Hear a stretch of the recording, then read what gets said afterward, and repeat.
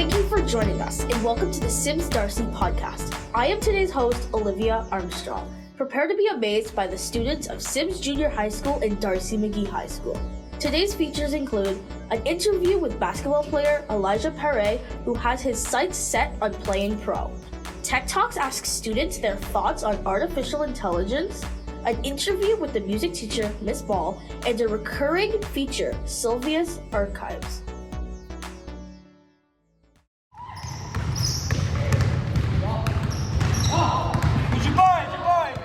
Our first guest today is the talented basketball player Pare from D'Arcy McGee High School.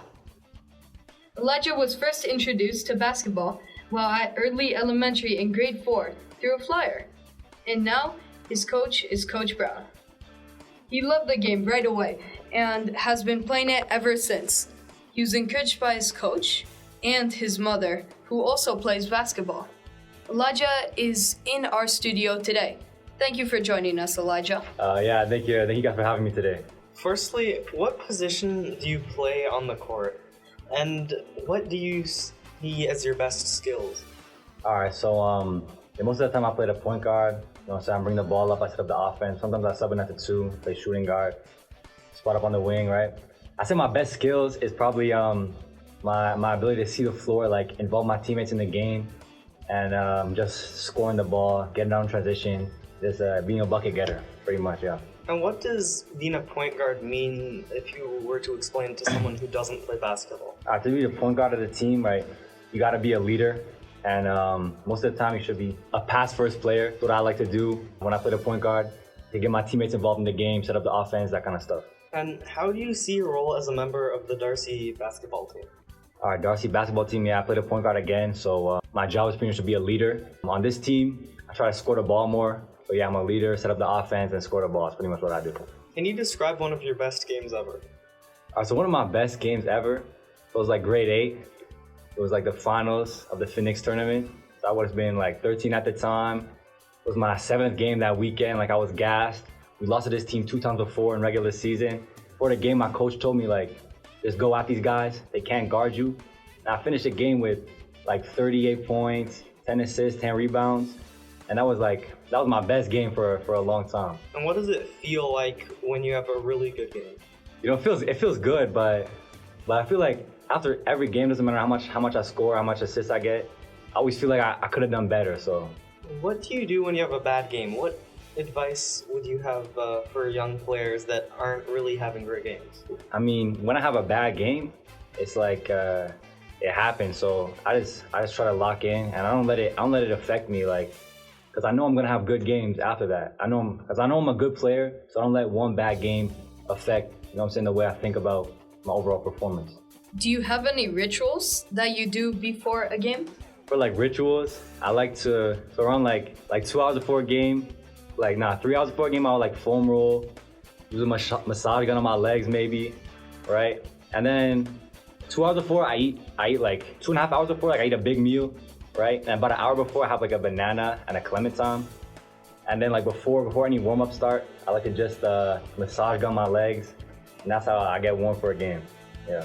Where do you hope to go with basketball after you leave D'Arcy? So after I leave D'Arcy, I'm hoping to go play prep in Ontario somewhere, maybe go CEGEP. And after that, of course, university basketball is a goal for me, and hopefully play pro overseas. What is your favorite basketball team? My favorite team? Yeah. Of course, the team I'm on. That's always gonna be my favorite team. But in the league, it's the Milwaukee Bucks. You know what I'm saying? I've been a big fan of them since Giannis was drafted. I love his shoes, man, but like the way he dominates the game, that's my favorite player. So. Elijah, do you have any shout outs or any comments that you'd like to say for anyone who might be listening to your podcast? Shout outs, shout out my boy Tristan. You know what I'm saying? Like, he's a big supporter. Like, shout out all my teammates that I've been playing with. So shout out my boy Josh, Jay Mina. You know what I'm saying? He takes the photos at my game. So, shout out him. That's all we have for you today. Thank you for joining us. Thank you, guys.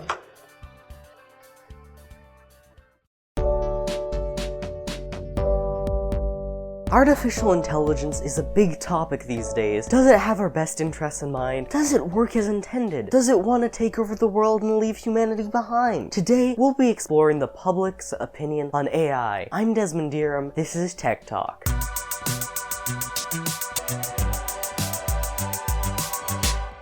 How do you feel about artificial intelligence? I mean, it's helping the world a bit, but you shouldn't make it too powerful or else something bad's gonna happen, because you never know. I think it's kind of based. How do you feel about AI? I feel like it's a technology that should be utilized, and it's incredibly useful. Just for this podcast itself, I literally made the music with the help of an AI. It is terrifying. What if we just keep on progressing and then one day one of the AIs just decided why do I need to obey humans? What if? How do you feel about AI? It's pretty cool that it's able to do many things way better than we ever could, but at some point an AI could advance so well that it could gain sentience, and that is the last thing we need. Imagine this, you have an AI who, just like in all those dang action movies, decided, humans are a terrible pest. I mean, look at the terrible things they do. They have wars, they kill each other, so then they just think, for the betterment of the planet, we should just eradicate these humans. I think the take-home message is that AI is a glorious tool for the betterment of society, and that it will solve all our problems, and that it'll take over the world and kill us all. For the betterment of society part, I can say that I used the AI music generator on BandLab to make the music for Tech Talk. But, on the other hand, a microwave programmed with artificial intelligence did attempt to cook its owner by luring him inside and then turning itself on. So artificial intelligence, good or evil, kill us all or help us with our math homework, take over the world, or let us easily keep up to date on Dwayne "The Rock" Johnson. That's for you to decide. This has been Tech Talk. Have a good one.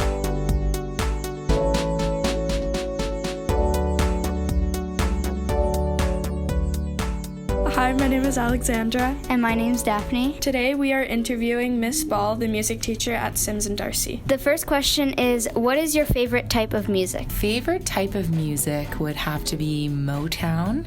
I used to listen to a lot of bands like Frankie Valli and Stevie Wonder and Gladys Knight with my dad when I was growing up. I like to listen to it now just to think about my family. Why did you want to teach at Symmes and D'Arcy? Good question. Well, I went to the University of Ottawa to study music, and I went overseas to teach for a little bit. So when I came back to Canada, I wanted to come back to this area, and they were looking for a full-time music teacher, and I think it was fate that I ended up back here at the school. So I'm very happy that I joined the team at Symmes and D'Arcy. How long have you been a teacher? So this is my third year here at our school. Before that, I taught for 2 years at a primary school just outside of London, England. So I guess this is 5 years in total. Yeah. Have you ever written or created any music, or would you be interested in it? Definitely something that I'd like to work more on. I haven't had a lot of creative opportunities to write my own music, but actually in our grade 10 class, we're working a little bit on songwriting.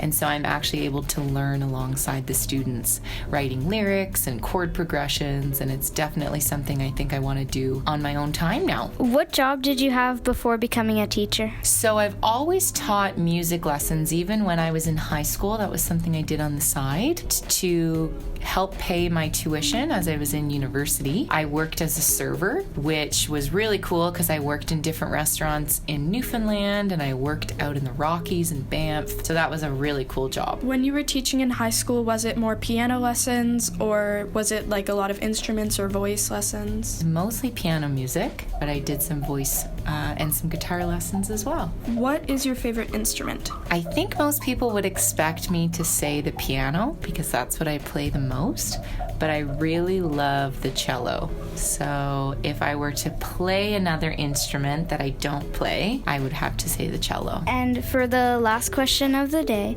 rank the 3 art forms from least to greatest, as in art, music, and drama. Okay, I hope this question doesn't get me into trouble with my other teachers. I would have to say that Based on my expertise, I would put art in third place. I'm sorry, Miss Erickson and Mr. Fuchs. Art is in third place because I'm not as good as I'd like to be. In second place, I would put drama. And in third place, I would have to put music as my top choice. Well, that's it for today. Thank you, Miss All.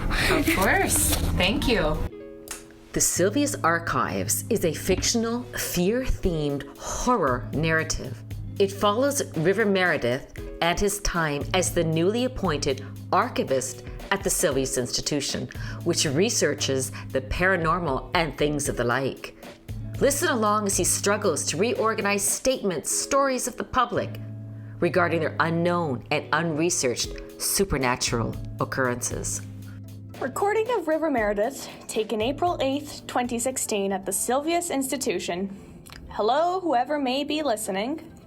I am the newly appointed archivist at the Sylvius Institution. The previous archivist, Cordelia Anderson, was fired due to many complications, which I will not be getting into, because let's just say the age was getting to her. First off, that woman had no sense of organization. I am astonished she has somehow managed to keep this job for this long. The statements themselves are in terrible condition. Unlabeled or wrongly labeled boxes and torn out staples in the papers are only the beginning. The pages of most of our statements are separated and partly torn off on a good amount of them. I am very concerned about what Miss Anderson could have done to these statements. Luckily, I don't work alone. I'd quit my job if I had to deal with this on my own. I have the help of 3 assistants who will all be helping me research further the statements themselves, even if they are often lacking in efficiency. I suppose they can be useful, though usually it requires me to give them a pretty stern talk. They all have fairly similar jobs, though one of them, Esther, does have a slightly more important one. His job is to personally get statement follow-ups from some of our statement givers who have either left the country or to receive more confidential information from these. After all, much research can be done digitally, but some things are best found at the source itself. Amber and Clements do what they can, but some records are difficult to find, especially when you aren't governmentally affiliated with anyone. And finally, we have our other important part of the archive, our depot, if you will. In it, we store relics, artifacts, and any items given along with statements as some sort of evidence. Fortunately, these were surprisingly well organized, and those that are related to a statement are labeled correctly and sorted, more or less. Thanks to our wonderful keeper, Lorna Lambert. There is not much to say about him, and as strange as the other 3 seem to find him for some reason, he knows his way around the storage space, and that's all that matters. Anyway, I'll be having to cut this short. The recording devices in this place are quite old, and files tend to get corrupted very easily, and I cannot be bothered to attempt to fix them. I have a master's in archival sciences, for goodness sake, not technology. I've noticed that the shorter recordings usually make it out fine, so some statement recordings will be done in multiple parts to account for this and the lack of complete statements in this archive. Recording ends. Join us next time on the Symmes D'Arcy podcast to hear an interview with our principal, Miss Lane. Tech Talk asks about social media, and we highlight the Pride Club.